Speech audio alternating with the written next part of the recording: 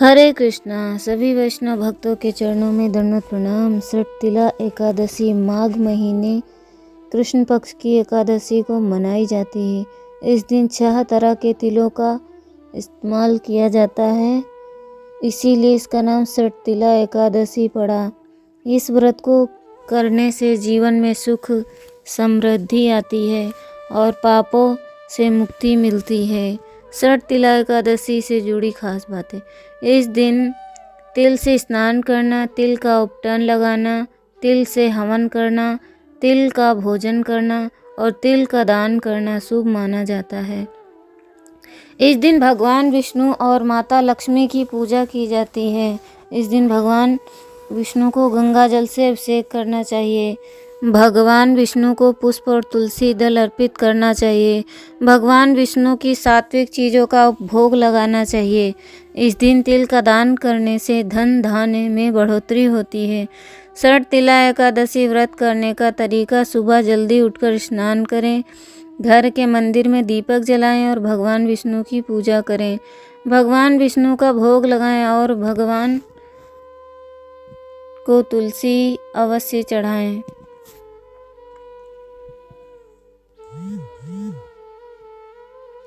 भगवान को तुलसी दल जरूर चढ़ाएं और भगवान बिना तुलसी के भगवान भोग स्वीकार नहीं करते हैं, तो भगवान को तुलसी दल से ही भोग लगावें। और अब हम कथा की ओर चलते हैं।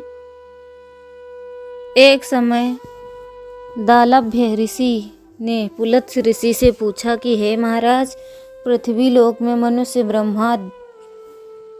ब्रह्म हत्या आदि महान पाप करते हैं और पराय धन की चोरी तथा दूसरे की उन्नति देखकर ईर्ष्या करते हैं। साथ ही अनेक प्रकार के व्यसनों में फंसे रहते हैं, फिर भी उनको नरक प्राप्त नहीं होता। इसका कारण क्या है? वे न जाने कौन सी दान पुण्य करते हैं, फिर उनको नरक प्राप्त नहीं होता। इसका कारण क्या है? वो न जाने कौन सा दान पुण्य करते हैं जिससे उनके पाप नष्ट हो जाते हैं। यह सब कृपा पूर्वक आप कहिए। पुलत्स मुनि कहने लगे कि हे महाभाग, आपने मुझसे अत्यंत गंभीर प्रश्न पूछा है। इससे संसार के जीवों का अत्यंत भला होगा। इस भेद को ब्रह्मा विष्णु रुद्र तथा इंद्र आदि भी नहीं जानते, परंतु मैं आपको यह गुप्त तत्व अवश्य बताऊंगा। उन्होंने कहा कि माघ मास लगते ही मनुष्य को स्नान आदि करके शुद्ध रहना चाहिए। इंद्रियों को वश में काम, क्रोध, लोभ, मोह, अहंकार, ईर्ष्या तथा द्वेष आदि का त्याग कर भगवान का स्मरण। पुष्य नक्षत्र में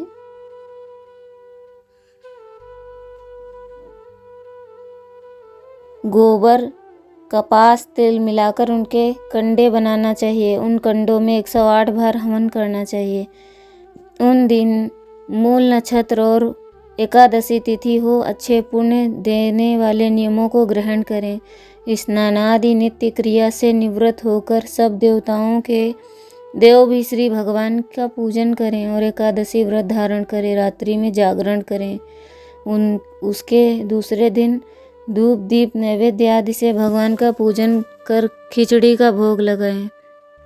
तत्पश्चात पेठा, नारियल, सीताफल या सुपारी का अर्घ्य देकर स्तुति करना चाहिए। हे भगवान, आप दीनों को शरण देने वाले हैं।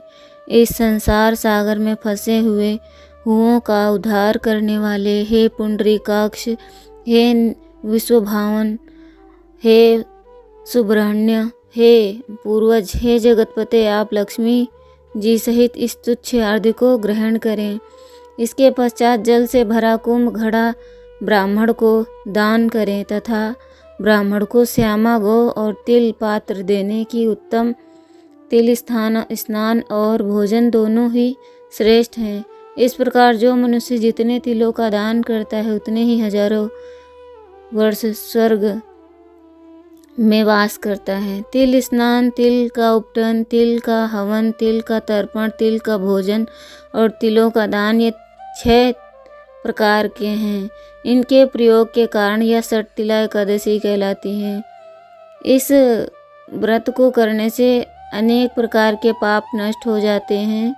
इतना कहकर पुलत्स्य ऋषि कहने लगे कि अब मैं तुमसे एकादशी की कथा कहता हूँ। एक समय नारद जी ने भगवान विष्णु से यही प्रश्न किया था और भगवान ने षटतिला एकादशी का महात्म्य नारद जी से कहा, सो मैं तुमसे कहता हूँ। भगवान ने नारद जी से कहा कि हे नारद, मैं तुमसे सत्य घटना कहता हूँ, ध्यान पूर्वक सुनो। प्राचीन काल में मृत्यु लोक में एक ब्राह्मणी रहती थी। वह सदैव